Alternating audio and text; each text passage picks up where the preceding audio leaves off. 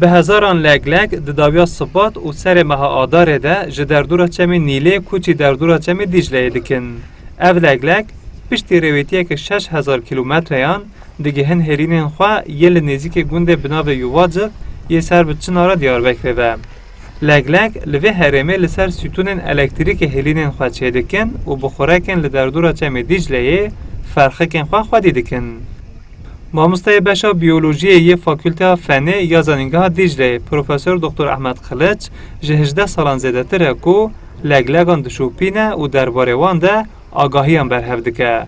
لگوری کو پروفسور احمد خلچ دبیجه هرما دیاربکر واره لگلگان یه قدیمه و وان جبریا 25000 سال جوه هرمی کوچی پارزمین Afrika'ya کرنه. Burası kuşlar için, özellikle leyleklerimiz için ana yurdu. هرما ما واره لگلگان یه قدیمه و جبریا 20-25 هزار سالان جی لور بونه. لگلگ جبو کو زیده ببن و دیگران وارن خواه یه کوله هاتبون دنه. لزوستانان دیسا و دیگران در دورا چم نیله.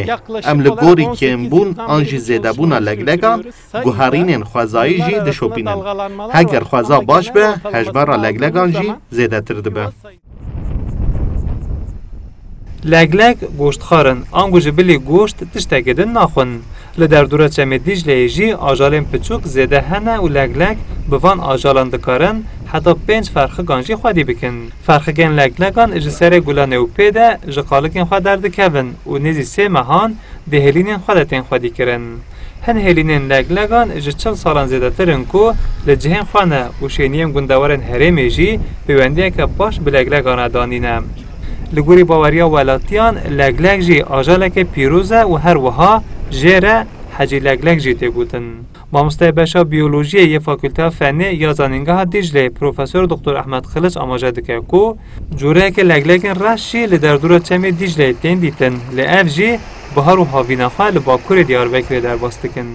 Covid-19 pandemisi tabiatın düzeninde yeniden bir کووید-19 جبو خوانو کردن خوازای باش بو. جبر کو مروف به جودکاری و پیشسازی و باجاروانی مداخله خوازای دکه و دنگه خوازای دگوهرینه جیان آجالان جی باندورکه خراب دبینه. دما کو تفگرن مروفان کم دبن جیان زندین خوازای جی تحتر دبه و آب و هوا جی پاپش دبه و لگلگ جی دکارن حتی 5 فرخکان خوادی بکن. لگوری راگاندنا پروفسور احمد خلچ لگلگ جهن آبی حز دکن و نه تنه لدیاربکر بلاوی هرمین دن این آبی جی دبن. لگلگ نیزی 7 مهان لدر دورا چم دیجله دمینن و فرخکن خواه مازن دکن.